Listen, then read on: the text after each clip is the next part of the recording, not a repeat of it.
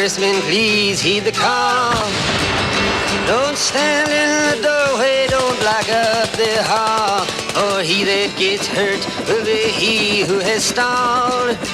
The battle outside raging will soon shake your windows and rattle your walls, for the times they are a-changing.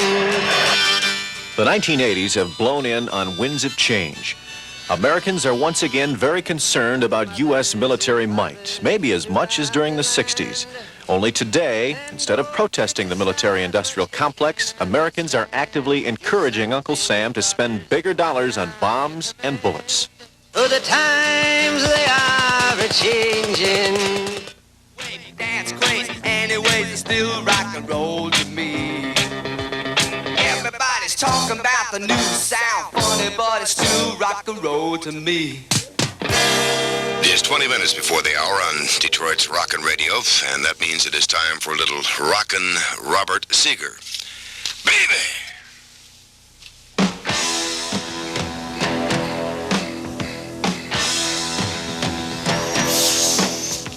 Beat never stops in this town.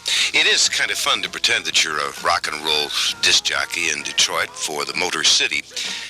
Rock is definitely the king of the airwaves, and the rock and roll market has become incredibly competitive. So much so that the jocks have to become super creative and comically very, very quick just to hold on to their audiences. And I've got to tell you, it is more than just radio competition. In this town, it is a little bit like war.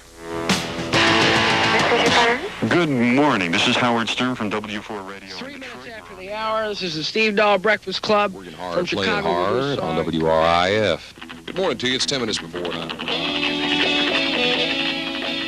3 stations are waging the album-oriented rock war: WRIF, WABX, and WWWW, or W4 as it is called. Each is competing for the most listeners, in other words, the best ratings, and every rating point in the Detroit market can be worth a cool $400,000 a year in station revenue.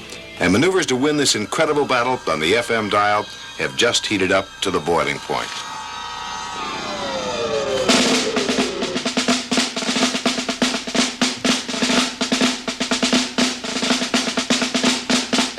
I'm excited to see what happens. It should be fun. I always like a good fight, you know. The man is Steve Dahl. You might recall the name from last summer, July 12th, 1979.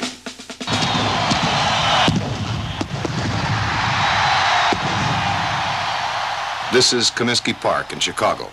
The Detroit Tigers were trying to play a doubleheader against the Chicago White Sox. And between games, a Steve Dahl anti-disco promotion turned into a free-for-all riot.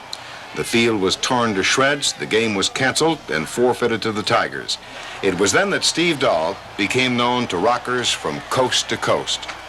Yeah, the anti-disco thing did bring us to the attention of the nation. That was really just sort of a lark, a frivolous thing that turned into an extravaganza. As a matter of fact, I'm being punished by Bill Veck, the owner of the team. I have to mow the lawn, the infield grass, and the outfield grass at Sox Park twice a week for the next 20 years. It's fantastic.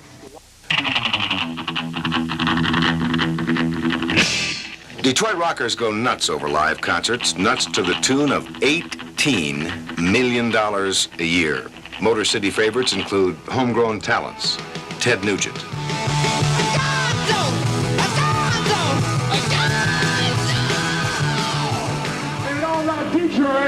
Bob Seger, I know they like to rock and roll in Detroit.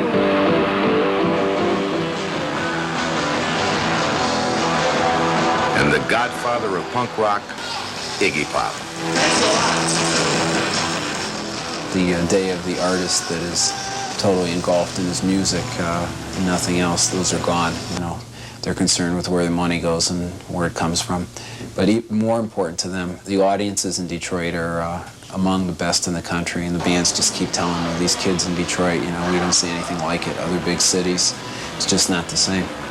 It is the strongest music city in the United States probably right now. On any given weekend, you don't have 1 or 2 major acts. Sometimes you have 3 major acts in an area, plus you have local clubs that are supporting bands that are terrific. So there's so much music, so much excitement, I can't handle it. After Milk and Cookies, I should be in bed at night, but I'm out, you know, carousing the clubs there and then finding out what's going on. It's incredible the amount of music that's going on here, and it's all supported.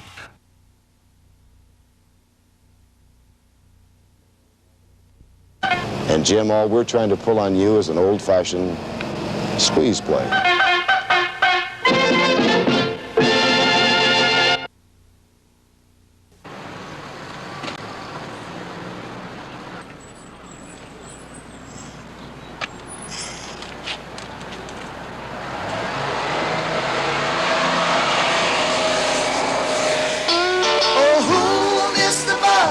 Tell me who missed the bus. I say every one of us will miss the bus.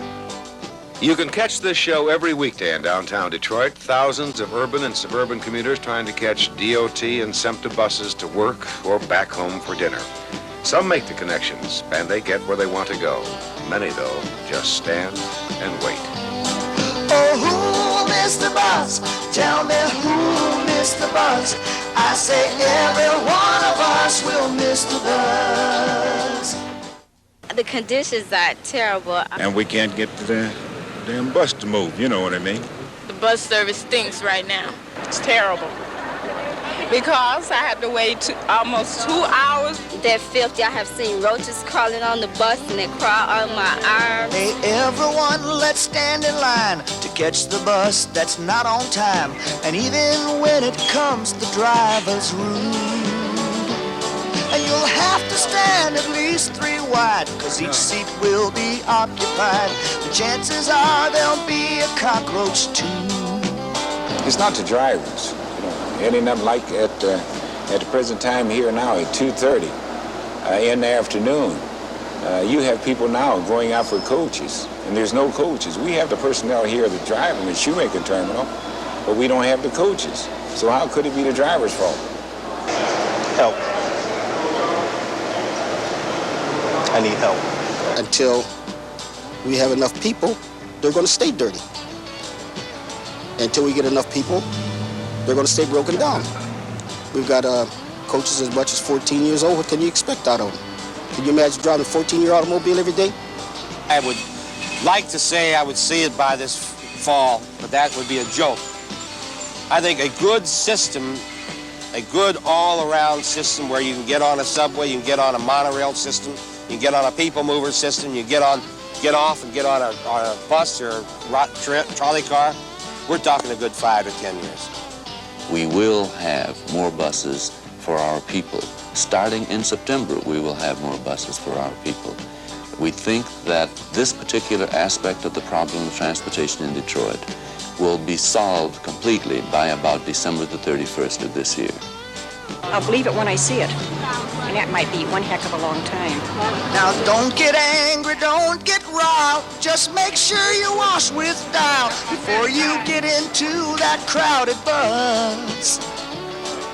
You see, they don't have any air, but they don't care if you don't care. Anyway, you've got no choice, so come ride with us. Everybody, who missed the bus? Tell me who missed the bus. I say every one of us will miss the bus. Is this your bus finally? No, not yet.